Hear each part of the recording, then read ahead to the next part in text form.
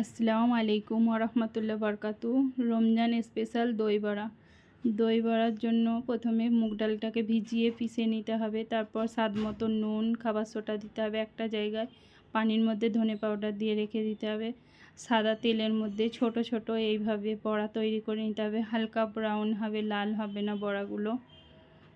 তারপর ছেঁকে নিয়ে তেল থেকে তুলে নেওয়ার পরেতে পানিতে দিতে হবে। দইটাকে চিনি দিয়ে ভালো করে ফেটে নিতে হবে। বড়াগুলোকে এভাবে পানির মধ্যে দিতে হবে। তারপর হালকা হাতে চিপে নিয়ে পানিগুলো বার করে নিতে হবে। দইয়ের মধ্যে ডুবিয়ে দিতে হবে।